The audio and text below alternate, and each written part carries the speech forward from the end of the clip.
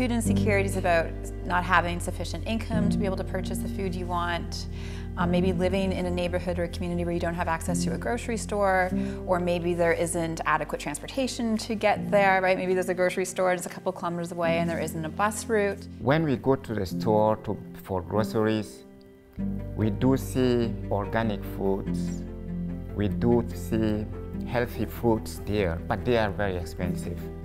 We can't afford those kind of healthy food in the grocery store. As a single mom raising 3 boys, and they're very tall.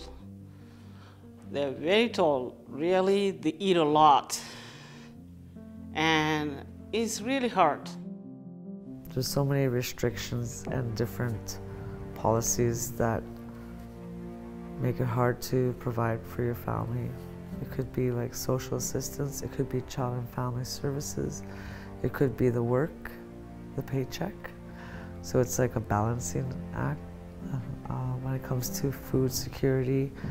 Because of a disability that I had, it costed me my last job, so I'm back on EIA. And the money they give you just doesn't stretch throughout the month. So sometimes I worry about whether or not I'm going to have the food to last me an entire month.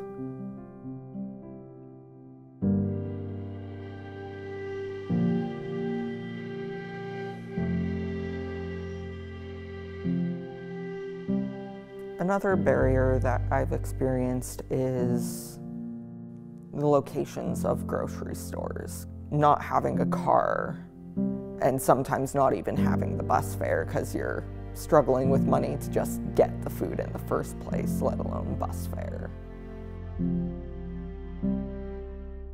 From the first time we landed here is, where's the store? We don't have any means of transportation. We don't have our own vehicles to actually go to the grocery, and then we don't know what bus to take, and also the weather. This is the first time that we're experiencing this kind of like having a winter that it really have a hard time for us.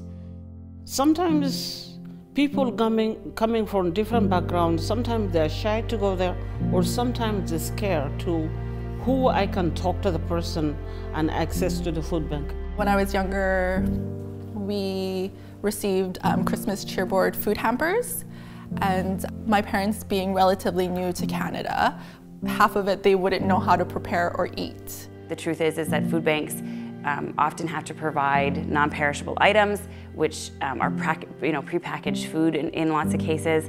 And so even if they're getting access to food, it isn't necessarily the best food.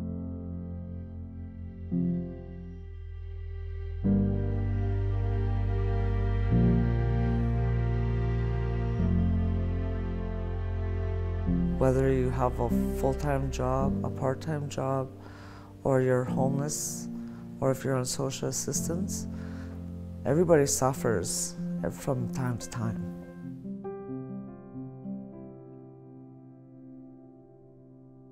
Our nearest grocery store is 3 hours away, and a lot of low-income people cannot even make it out of the reserve to go get fresh fruits anywhere.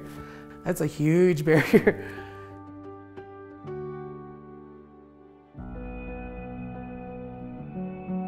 We need to really address the root causes of food insecurity, which are being able to earn a living wage, addressing institutionalized racism, addressing the lack of affordable housing. This is not just about individual circumstances.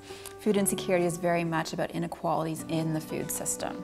Over the years, I think that we've learned that identifying the things that they don't have the power to change, it helps take some of the shame that comes with food insecurity away, because people very easily will blame themselves for not being able to afford healthy foods or for not being able to keep their family healthy.